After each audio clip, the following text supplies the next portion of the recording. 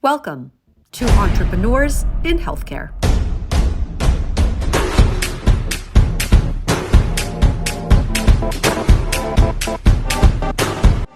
I've come to realize that entrepreneurship discussions are long overdue in medicine.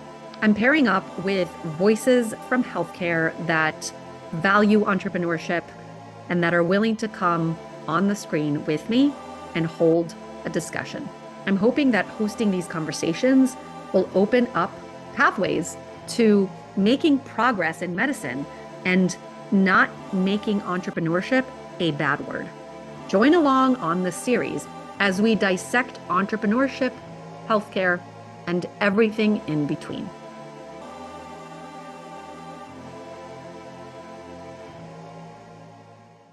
Hi, everyone, and welcome to another episode of Entrepreneurs in Healthcare. Now, across from me virtually is sitting Dr. Kimberly Parks. Dr. Parks, please welcome to the show and introduce yourself.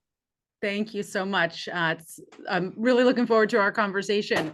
So I am a cardiologist by training. I also did some additional fellowship training in advanced heart failure and cardiac transplant, and practiced in an academic setting for the first decade or so of my career.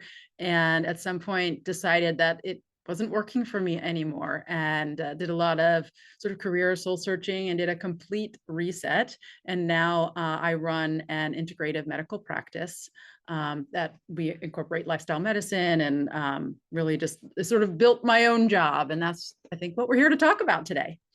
Absolutely. And so with that, it's a perfect lead in for our question of the hour. And that's, is entrepreneurship in healthcare good or bad? Mm-hmm. I think entrepreneurship in healthcare is so important. And the people who become leaders and who become the entrepreneurs is even more important. In the standard setting, these practices are getting bought out by big hospital systems, et cetera. And now, private equity firms are buying out a lot of private practices. I really think that we as physicians need to take back the lead on that, and we need to become the business people. We have the skill set, we have the acumen, and it's really just a matter of us learning the skills so that we can get out there and we can be those entrepreneurs running our practices, and not giving away our hard-earned income, to be quite frankly, to other people. I couldn't agree more. So when you said earlier, you said it was not working for me, I'm quoting you. Can you expand a bit on what exactly doesn't work? Well, for me personally, from a lifestyle standpoint, I was working 16 hours. I was doing, critical care most of the time. I was in, quite frankly, academic bliss for many, many years. I loved that lifestyle. And at some point, it just isn't sustainable. And I sort of came to that realization really after, I had a child, and kept thinking, okay, someday I'll change this. Someday I'll change this. And really, it was her second birthday, and I thought, like, so much has changed. For anybody who has children, when they, like, after the first year of life, you realize, like, that, wow, a whole year went by and it was like a flash. And then even, the first 2 years went by and it was a flash. And I'm like, every day I walk in here and I say, I'm going to make a change, and realize, like, I'm not making a change. Look at all this change that's occurring right in front of my eyes. If I'm going to do something, I need to do it. And that was really the moment where I was like, time to set a new intention. Right. And it sounds to me like at that point in time, there was literally nothing entrepreneurial that had been established just yet on your end. Is that a correct assumption? Yeah, I knew that I had gained a lot of skills running clinical trials. And I mean, we as physicians have an amazing skill set, and we have the ability to become business people. And we don't get the exposure, we don't have the same influences. And so for me, as my curious mind sort of said, what, I think I can run these clinics, I can start them, I can administrate, why can't I start my own practice? And when I knew I needed to make a shift from academia and have a little bit more control over my schedule, because that was really what I felt. I felt suffocated by my schedule. Like I was being asked to serve the needs of so many people when I couldn't even serve my own needs. And here we are as physicians, like helping people lead healthy lives, and I wasn't even doing so myself. So sort of like, okay, how do I reset my own life? And then I want to learn how to teach this to other people. But it really was a process of me interviewing people, finding physicians that were doing things that I thought I wanted to do, and then realizing, the job that I want doesn't exist. So I'm creative. I think I can create this. And so it's just a matter of, being bold, having a vision, having an idea, and being bold. Go for it. Executing, yeah, for sure. So tell us first and foremost what you actually established. Like, what is it that you run as an entrepreneur? Yes. So I have a membership-based lifestyle medicine integrative medical practice. It's called Synergy Private Health. And it really started with just business plan and a vision, like here's what I think is the best way to care for patients. And then I spoke to a lot of people that I knew or business people who said, well, you may know what you want, but that's not what an entrepreneur does. An entrepreneur finds out what the needs of the community is, and then you fill that need. And so when I started the practice, I didn't know what was going to happen. I thought, all right, these are my values.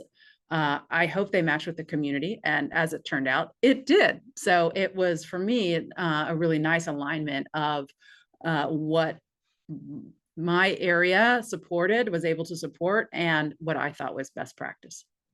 So what is it exactly? Is it a cardiology practice? Is it a cardiology practice with nutrition? I mean, can you Yeah, that's a explain good question. exactly what it is? Yeah. So we are wellness-based primary care and integrative medicine. So our members have access to a whole, like we have a large armamentarium of wellness services. And so one of the things that happens, if you want to do a wellness practice, then you're, okay, where do I find the integrative support that I need? You're sort of piecemealing it. Okay, go see this health coach over at such and such practice. And, oh, here's a list of acupuncturists, go find one. Here's dietitian, get on their list. And so we wanted to bring all of that in-house and provide multidisciplinary care. So I used my experience as an advanced heart failure transplant cardiologist, where we had multidisciplinary teams, and said, let me see if I can take that model and move it into the wellness space. And what does that look like? It means we have dietitians, we have health coaches, we have exercise trainers, we have a teaching kitchen. The food as medicine was a really important piece of this for me. And it actually, that was kind of where a lot of it started. And I drew up a business plan that included all of those things, and then figured out how to make it work. Today, we just actually moved into a new space because we outgrew our old space. So we just finished building out, 6,500 square feet, where we have an exercise studio. We have a treatment room for massage, acupuncture, Reiki therapy. We have a mind-body treatment pod. It's called Somadome. I can use the word meditation or mind-body treatment, but it's pretty cool. It uses sound and light therapy. And we have that in the front when you walk in our office on display, because we want people to walk in and feel that energy, feel like that's such an important part of my overall health, is managing stress and that mind-body connection. So yeah, we have a teaching kitchen. We built a deck out, a rooftop deck, where we have a healing garden. So, it's been a wonderful transition. Wow. There's so much I want to ask you, but it sounds like it's an all-in-one sort of entrepreneurial venture, which is amazing. Mm-hmm. First of all, tell me about that healing garden, because that to me is interesting. Yeah, What so is that's that? a work in progress. So, we want people, there are data to support, forest bathing and just being in nature and being around plants to help provide, increase vagal tone and decrease sympathetic input. And so we wanted to be able to have a place to sit with our members and do some health coaching, maybe even do some yoga classes out in the healing garden. And we also want to be able to grow our own herbs for cooking. Oh, how amazing is that? Mm. It makes me think of a post that was shared in our SoMe Docs Facebook group. For those listening, it is open to doctors only, but you do need to also have a profile on SoMe Docs. There is a free level, so that's available to you. So head on over to doctorsonsocialmedia.com and request a membership, at the least a profile one, and join. But there was a post that I shared showing like a garden-like design of a hospital ward. And it was someone from Twitter that had suggested, why can't hospitals be more like this? And it was in contrast to the photo next to it, which was like completely whitewashed room with like a single little cot. And it had suggested it. Now, it did generate some discussion about, for example, the hygienic nature of having, a garden set in a hospital. But I assume that this is different because it is an outpatient basis, right? Mhm. Yes, exactly. The, Yeah. the rules are a little bit different. I mean, we still have to adhere to OSHA requirements, et cetera. Um, but much Amazing. And more you can volume. also, and what you had stated, which is interesting, is that you can actually, first of all, like hold sessions there so that if you're getting coached, for example, you can host the coaching session in the garden, which just to me Mhm. sounds so exciting, rather than in someone's office, you're actually going out to like a nature like, or maybe it is nature, right? Because if it's a greenhouse, it's nature environment. But secondly, the culinary medicine aspect, wow, how amazing that you're integrating it into a cooking kitchen. Um, can you tell me a little bit about the cooking kitchen? Like who put that together? We'll be right back. Private Practice 101 is the latest in virtual conferences you can access on our site. I'm going to talk to you about lease negotiations and purchase negotiations. I'll talk about how to prepare, plan, and organize your personal finances when you are starting out on your own private practice. We're going to talk about how to apply this information to detect and prevent fraud. This talk is for doctors who are fed up with the overregulation of patient care. And I'm excited to teach you the ins and outs of how to build a thriving referral network and Facebook group. And how to build in compliance efforts and strengthen your negotiation tactics. Because I want you to make money and I want you to stay safe. I'm really looking forward to talking with you about creating and retaining a high-functioning team. About the psychological and emotional things that undoubtedly come up as you reach certain barriers. Marketing yourself as a professional in the world of today. Form a virtual corporation and use your practice skills in a virtual environment that allows you to thrive without having to worry about managing overhead, managing a staff, or even managing a building. Top mistakes in credentialing and those key metrics you're going to want to monitor in order to increase your revenue in your practice. How to overcome your fear and move from your medical practice now into a private practice. I'll share 3 distinct skills that when you use them, you can create and maintain a long-lasting, passionate marriage while becoming a very successful practice owner. My talk called Creating a Vision and Applying It to Build Your Practice is going to help you streamline your process and create the practice of your dreams. Stop trading the value you provide to patients for cost. I'm going to teach you how to learn your value and your worth, how it is you get paid and what you actually cost, and how to train your sniffometer and know when to leave. Access this valuable resource at doctorsonsocialmedia.com/conferences. Now back to the show.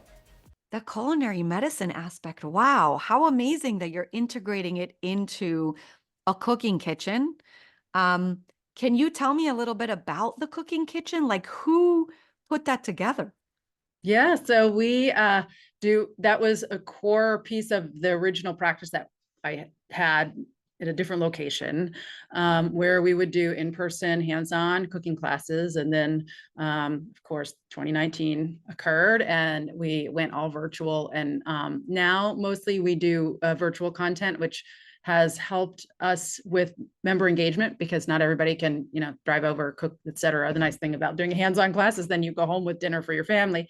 But we send recipes in advance and we usually have a theme every month and our members can join in and cook with us and have dinner for their family on the table in time for the end. And then we archive all of the classes so our members can access that. How asynchronously. amazing is that? Can you give us an example, if you can remember, of a dish or two? Sure. And we have on our website there, we have a lot of different recipes. But one of my favorite is one of the things we try is to really do plant forward eating and plant-based, eliminating processed foods, that kind of thing. So we try to also understand that most of our members are like us. We are busy working, mothers, husbands, we're just busy, right? Who wants to spend 2 hours in the kitchen making a meal? So we try to make things that are simple ingredients, that are easy to make, quick and nutritious. So for one of my favorites, for example, is zucchini noodles with pesto, right? So you can either get, freshly made pesto that at the store with zucchini noodles and bam, fire it up. And we try to integrate, like for those people who are eating a lot of pasta, we say, okay, you know what, let's try to stuff some veggies in there some way. And we try to meet people where they are. So if you're gluten-free, or if you're like not eating any carbs at all, we can just do plain zucchini noodles. Or we can, throw in whatever grain that appeals to you. Amazing. Amazing. You're talking to someone who happens to really love cooking. And I didn't always love it because I didn't have time. But as I took time away from medicine, I sort of got acquainted with cooking. I was like, this is amazing. And you can be, in control of your food and your health. I sometimes share posts about food and blog about it. I remember one of the most recent ones was a delicious watermelon feta salad with mint in it. That's so refreshing and yummy. And then another thing recently that we made was, when I say we, I mean me. My family eats it. That's their role. But like a Thai-inspired Napa cabbage concoction with like peppers and fresh ginger. And it's so good to eat fresh food. It's just so good to eat fresh food. The other night I made sushi. That's So ambitious. You rolled your own sushi rolls? I did roll my own sushi rolls. It was hard work. It wasn't the first time I've done it, but it's still hard work every time I do it.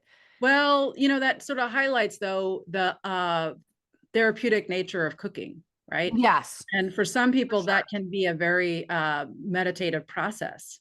And for us as busy physicians, I know for me, when I started doing the work of self-care, you realize something mundane, things that I said, I don't have time for that. That's too much for me to get. You realize the therapeutic value in clearing your mind of things that, you're just focusing on rolling sushi. Yes. It is That's so a mind-body exercise. Yeah, that's so well said, because it is sort of mindless, right? We're cooking, we're experimenting with food. And at the end of the day, for me personally, I can say that I really enjoy watching the end result. I love when a dish is made and when it's not just edible, but when it's delicious and when your family devours it. And when you know that what you've cooked is healthy because you've actually cooked it yourself and it goes, they actually ingest it. You just feel like you've just sort of almost like injected them with a dose of health. Yes. So, and even better if you can get a loved one to join you in rolling the sushi, then you've created a shared experience. I totally agree with you. In my particular instance, that couldn't happen. They did try, but there were maybe, my son was in from college, so there was 5 of us and we had a friend over also. So there were 6 people waiting, and it takes me a while to roll the sushi because it's like a lot of work. You got to like scoop the rice and then like lay it out and it's all sticky and you're like, and then, but yes, if they do end up getting, engaging in preparing, it's amazing. The other thing I'm thinking about is that we have an obesity medicine conference coming in September that's live and virtual, as all of our conferences have been. And part of it is going to be focused on culinary medicine. There's going to be a cooking demo. And so it definitely reminds me of what you're talking about, because obviously obesity is something that we need to tackle as a society. Okay, interesting. Now, are you the boss of this venture, or do you share that title with others? So I was the founding partner. So I started out, at zero. And once I built up the practice to a certain level, then I was able to bring on a partner. So I found someone of, like values, who became, 50-50 partners. So she and I run the practice together now, and we have 2 other physicians in the practice. We have about 25 employees. So we really, I grew with, it was me, a nurse practitioner and a front desk person that started all of this. And now we've expanded exponentially. So incredible. That's been a critical piece. It sort of depends on what you want your life to look like, right? Having that second person there who can complement the work you do, and you can pass the ball back and forth. It just takes a lot of stress out of your day-to-day life. For sure, for sure. And it helps you to scale. Obviously, you've grown so much bigger because you've shared that work. I was just going to ask you something, and it truly escaped oh, I know what it is. Do you have any particular resources that you felt truly helped you from being employed to being an independent boss? The most valuable resources were mentors, me seeking out people who had done similar work and having those conversations. In addition to that, I changed who I was influenced by, right? Like, so instead of following all the medical podcasts, which I was, we were trained to do, listen to whatever medical content, I started listening to business content, and I started reading books about running businesses. And I took courses on Coursera, that were MBA related courses that you could take. So it was an evolution. And, look, as physicians, one of the reasons why we go to medical schools, we love learning. We learn every day from our patients. And so we're natural entrepreneurs in my mind, because of that curiosity. Yeah, I don't totally agree with you. I think we have it in us to become entrepreneurs. The question remains, does entrepreneurship belong in healthcare? Now, I'm of the same mindset as you. I think absolutely yes. Again, depends on who it is and what we're doing it for. But I do think that at least the mindset belongs in medicine, because it can guide us to, owning our own worth, and even being on top of the negotiating table, even if we work for someone else. Taking on an entrepreneurial mindset just means that you are going to look out for your well-being, which I think is really missing from the medical field today. And your patients. So you get to do both, right? Like we can be fierce advocates for our patients when it comes to patient care, but we need to do the same in business. Totally. And you see like a lot of the creep of insurance companies and the different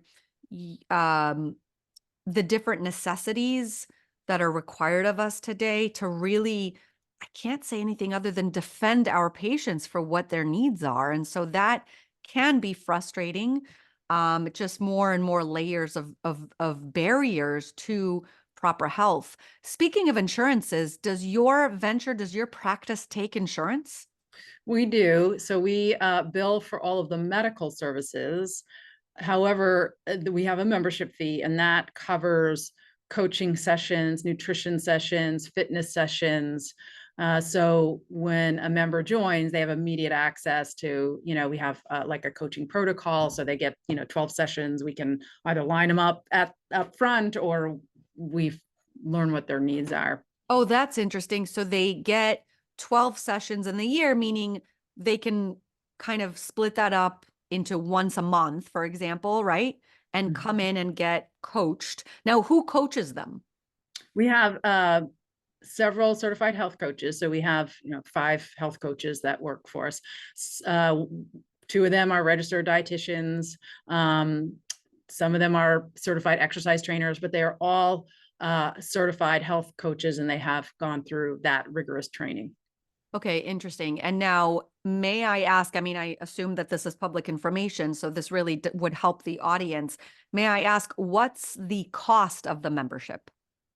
Well, I'll start by saying there's in the Boston area, you have to price your product based on what the community needs are. And one of the things I learned early on is, don't underprice. You first don't build a product.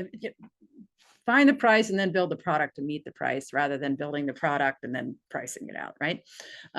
So we early on did the former, not the latter, or the latter, not the former, and sort of underpriced, and we had to redirect things to meet our needs and our growth. So now we're 10,000, it's 10,800 for an annual membership. Our local practices are charging similarly. We have one practice that charges 25,000, another that charges up to 40,000, and then some of the high volume. Well, first of all, we're unique because we offer a product that nobody else offers. So, you know, we have colleagues down the street charging 10,000 for just your doctor's cell phone number. That's not what we're about. That's not what our messaging isn't that we're a concierge practice. But that would be our comparative model. You know, we are an integrative lifestyle medicine based membership practice. And for people who are looking for complex care management, we don't provide that. We don't have the resources for that. We have the resources for someone who wants to, you know, improve their performance, really hone in on their own personal wellness pathway. At the same time, for example, if someone does have chronic pain, for example, I mean, that's, you know, a great person that can work with our integrative health specialists, right, on, you know, doing mind-body techniques, using the, you know, meditation pod and things like that. So, you know, if you have a specific diagnosis, you know, it's great. We can, you know, we don't just provide pills, and we do that too, but we provide a whole health model, and you've got to figure out some way to support that, because insurance companies does not pay for you to talk to patients. So, right, for sure. And so complex cases, though, you're saying you wouldn't be able to handle. Right. Like if somebody has a high degree of medical needs, we usually, you know, aren't able to support that due to just where our resources are. Our resources are, you know, with our wellness offerings. Okay. But we don't have dementia, you know, we don't have people who are trained in dementia care, for example, or, right. You know, I mean, I'm a heart transplant cardiologist. So, I mean, I have members who have had heart transplants, who have had kidney transplants, you know, that kind of thing. So. Okay. So then what happens if someone becomes complex? Like, what would they do in that instance? Yeah. So, and, you know, there's a really good conversation to tap into that as someone, if you're running your own practice, right? When I started this, I didn't know who was going to be interested. I was a cardiologist, and I said, you know what, I really want to provide integrative cardiac care. However, I don't know if my practice will fill. So I'm going to do some primary care. And, you know, now it's a mix of both. So you realize you kind of have to tailor your members to the masses. And that's what we learned over time, right? The first 50 members aren't what dictates how we practice. It's the 1,000 members that we have, and saying, what is it that 90% of our members need? And that's where we need to put our manpower, our dollars, everything, our educational resources. And so we have to kind of, we can't, you have to say yes to one thing or no to one thing to say yes to something else, right? Like whenever we make a decision in our business and we say, okay, we're going to take this project on, we say, okay, let's talk about our mission and our values, and is it aligned? And if it's not an absolute yes, it's an absolute no. And that's how that's been our guiding principle. It's heart-centered leadership, conscious leadership. And it's how we also procure our membership. So we do say no.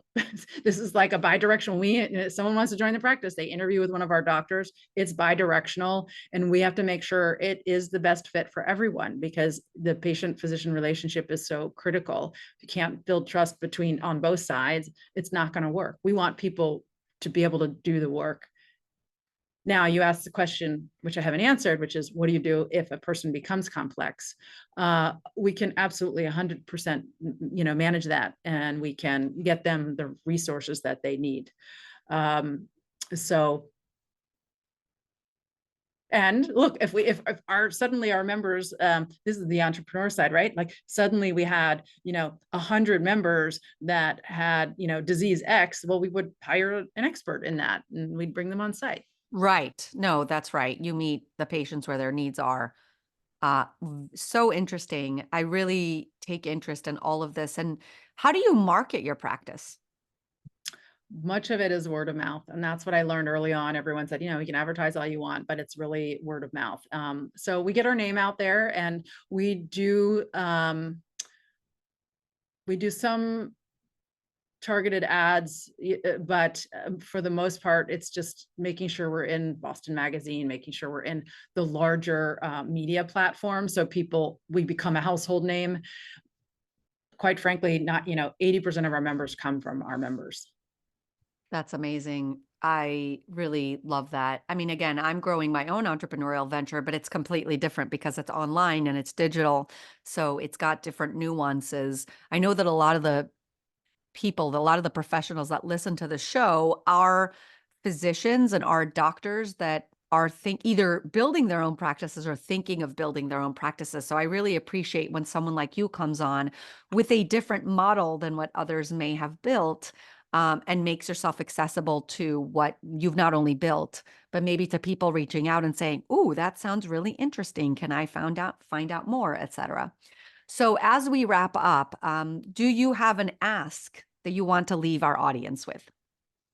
Well, I would say, if you're watching this podcast and you're probably interested in making a change, and ask yourself, what do you value most? And what has driven our success is that values-based approach. Figure out are you living the life that you would advise your patient to live? And if you're not, do that. And what matters most. And when you take that value system and apply it to how you run a business, it's hard not to succeed. You've heard it straight from the mouth of Dr. Kimberly Parks. Dr. Parks, thank you so much for joining this episode. We may at some point in the future have you back to discuss more. And I could do a video tour. I could do a video, walkthrough if you're amazing. Interested in just doing a quick tour to see all of the fun stuff we have. That would be fun. We made a decision right then and there that we would go for it. So a tour was had. So we are actually going to be taking a tour with Dr. Parks. This is really exciting.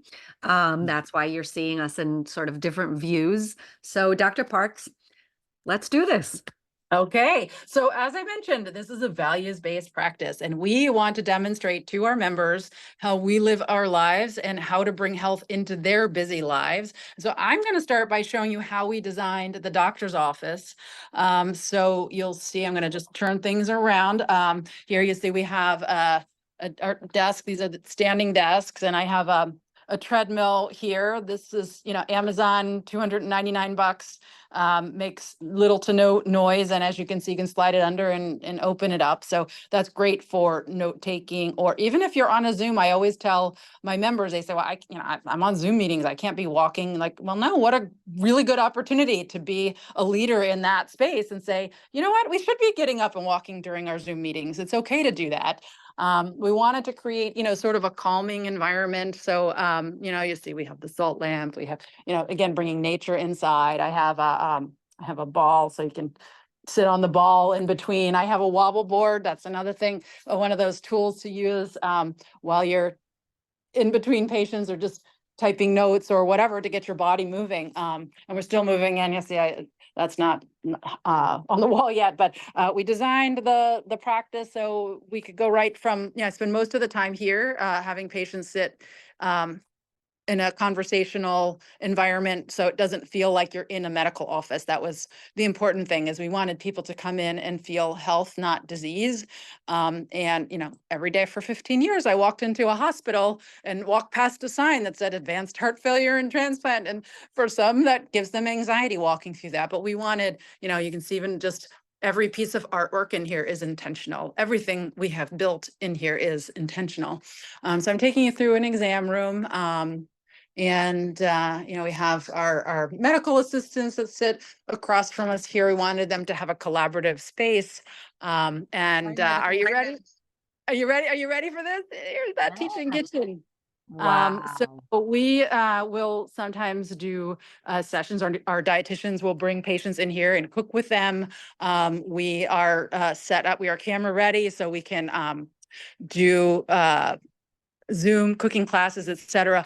We weren't able to build in a large space to do in-person cooking, but we do have a large conference area where we can kind of do some ad hoc work with a small group. This is, I'll just highlight this. This was a gift actually from one of our members. You can see we're growing some lettuce and basil, etc. Click and grow. So as you can see, our members are really into this stuff as well. Yeah. I'll continue to take you around here. We wanted the waiting area to feel peaceful when people walked in. So we hope we've captured that here. And everything, we purchase is sourced from organic growers, et cetera. So even like our coffee beans, we don't use plastic, we only use glass. So we really try to help set an example for people of how they can bring all of this into their own lives. We have a library here, just so people can sort of see the types of cookbooks that we use and other wellness-based materials that they might find helpful. So we do have a conference room in here. We're waiting for a digital board where we'll have wellness tips, etc. I talked about our healing garden, which is in the process of being built. We just moved in here 3 weeks ago, so we're still getting things together here, but the herb garden will go across the back. We're hoping to maybe even do some meditation classes, yoga classes out here on the deck, but we'll also have furniture and plants for healing, etc. Here's our front desk staff here. They're really the bulk of the practice in terms of the manpower, because they help get our members to all the services that they need to help them achieve optimal health. But here's, I told you about our little mind body pod. This is like, I think the most fun part, a fun toy, so to speak. But this provides sound and light therapy. So our members can come in here and do this for 5 minutes, 10 minutes. If a person comes in, for example, and their blood pressure is through the roof, and we say, I wonder if this is just what we call white coat hypertension. We'll have them come out and sit and do a little meditation. And then come back and we'll recheck the blood pressure. So this is the highlight. This is what people see when they walk in. And then and on purpose, we kind of intentionally designed it. So when you walk in, you see the kitchen, you see the mind body pod, and then you see the exercise studio.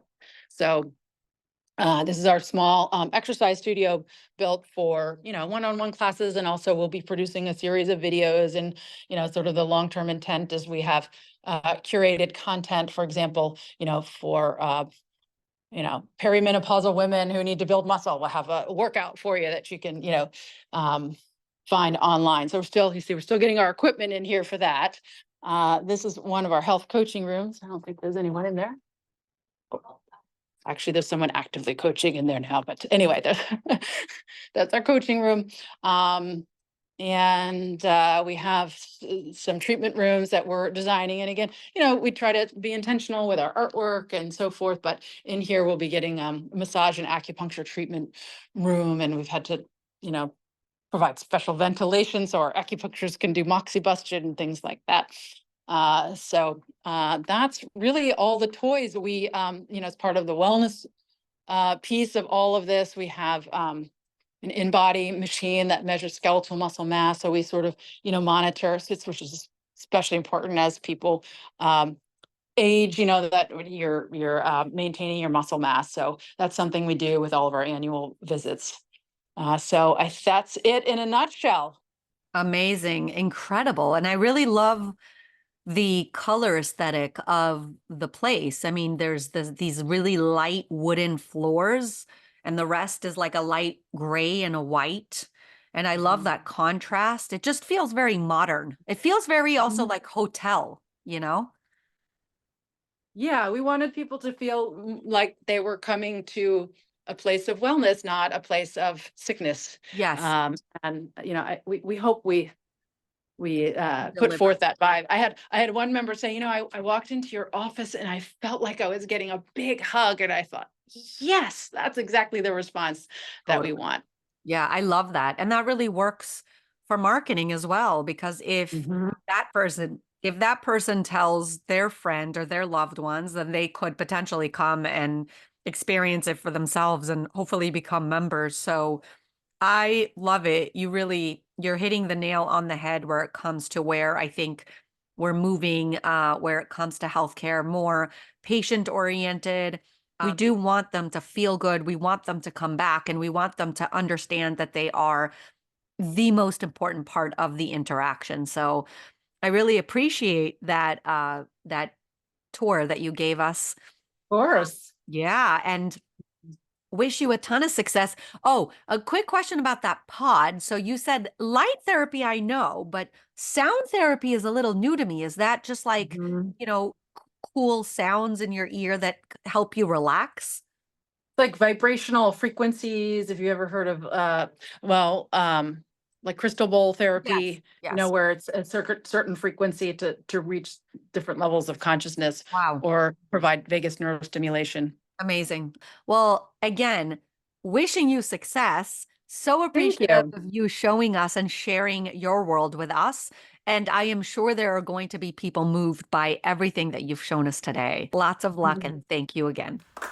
Thanks so much for listening.